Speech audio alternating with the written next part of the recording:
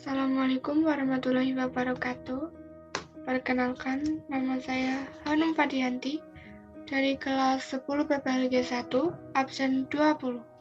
Saya di sini akan membahas tentang cara kerja startup Bukalapak.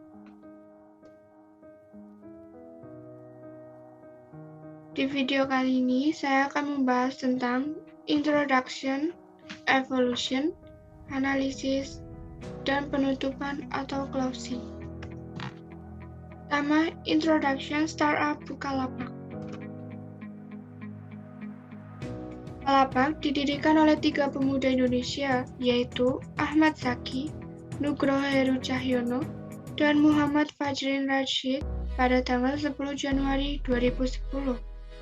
Tujuan awal dibuatnya situs ini sangat mulia, demi memberi wadah bagi UKM di Indonesia. Secara, UKM sendiri mempunyai peran penting dalam proses memajukan perkembangan perekonomian di Indonesia. Yang kedua, evolution aplikasi dari 2011 sampai 2020.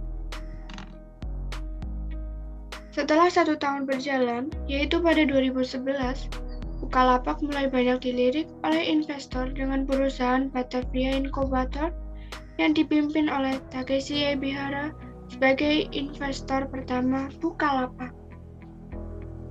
Pada tahun 2012, mulai ada investor lain yang ikut berpartisipasi dalam proses penambahan modal, yaitu GRAA Ventures. Pada bulan Maret 2014, Bukalapak mengumumkan investasi oleh Event Irep 500 Startups dan GRAA Ventures yang merupakan bagian dari pendanaan seri E.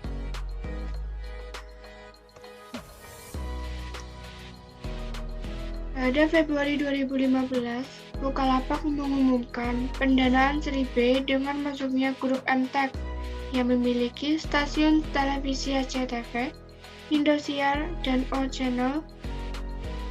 MTech masuk ke Bukalapak melalui anak perusahaannya, yaitu PT Kreatif Media Karya atau KMK Online.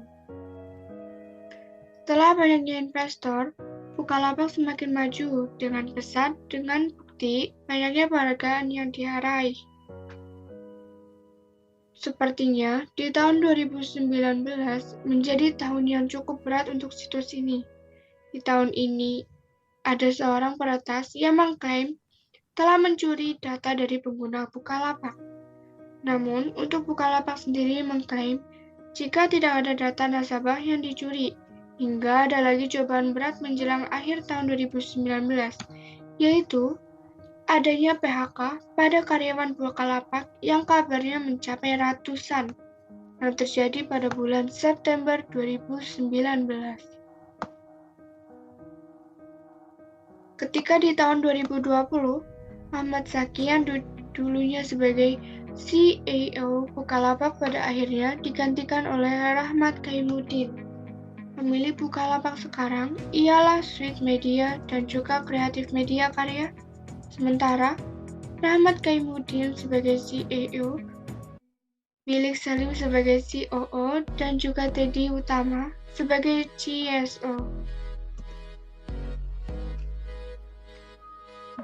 Sebagai catatan, pada tahun 2017, Bukalapak masuk ke dalam jajaran startup Unicorn Indonesia. Pada 6 Agustus 2021, perusahaan All Commerce ini menjadi unicorn Indonesia pertama yang resmi mencatatkan namanya di bursa saham. Penawaran umum perdana IPO saham Bukalapak sendiri sudah dilakukan pada 27 Juli hingga 30 Juli 2021. Yang ketiga, analisis kelebihan dan kekurangan. Kelebihannya yaitu metode pembayaran transfer cukup lengkap dan banyak pilihan. Yang kedua, selalu cepat dalam menjalankan pengantaran dan berinovasi. Yang ketiga, tampilan transaksinya sangat baik di aplikasi maupun di website, sangat simpel dan informatif, mulai dari suatu barang maupun ke detail alamat pribadi. Keempat, Bukalapak juga menyediakan fitur pilihan ongkos kirim yang disediakan oleh beragam jasa pengiriman barang. Dan yang terakhir, Bukalapak juga menyediakan fitur diskon untuk produk-produk yang dijual.